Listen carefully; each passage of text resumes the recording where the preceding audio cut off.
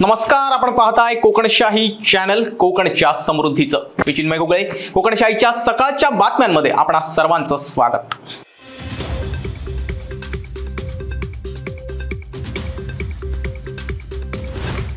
वेरले सटवाडीपर्यंत जाणारा मुख्य रस्ता चिखलमय झालाय. रस्त्याचं डांबरीकरण होऊन कित्येक वर्ष झाली आहेत. डांबर व खडी निघून तो रस्ता अधिक धोकादायक झालाय. त्यामुळे तेथील ग्रामस्थांना या रस्त्याचा नाहक त्रास सहन करावा लागतो.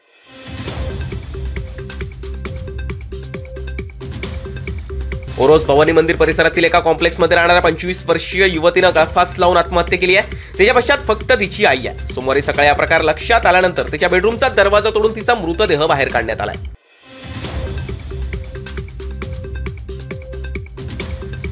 यावर्षी गणेश चतुर्थीनिमित्त आलेल्या चाकरमान्यांचा परतीचा प्रवास सुखकर होणार आहे. सिंधुदुर्ग जिल्ह्यातून 307 एसटी बसेस सोडण्यात आल्या आहेत. जिल्ह्यातील प्रत्येक बस स्थानकातून या गाड्या सुटणार आहेत. मुंबईसाठी 153 तर पुण्यासाठी 154 गाड्या उपलब्ध करून देण्यात आल्या.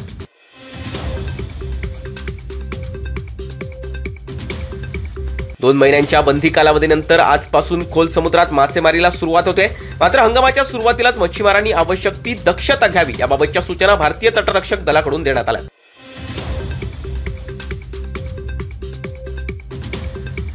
तुटलेल्या वीजवाहिनीला स्पर्श होऊन 2 म्हशी आणि एका कुत्र्याचा जागीच मृत्यू झालाय. ही घटना गुहागर तालुक्यातील अबलोली शिर्केवाडी येथे घडली. या घटनेनंतर महावितरणच्या कर्मचाऱ्यांनी जागेवर जाऊन पाहणी केली.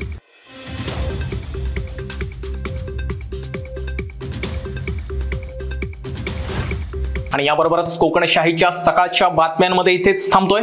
पण तुम्ही मात्र दिवसभरातील अपडेट्स आणि ताज्या घडामोडी जाणून घेण्यासाठी कोकणशाहीचं YouTube चॅनल आताच सबस्क्राइब करा. फेसबुक पेज लाईक करा आणि इंस्टाग्राम पेजला फॉलो करायला विसरू नका. धन्यवाद.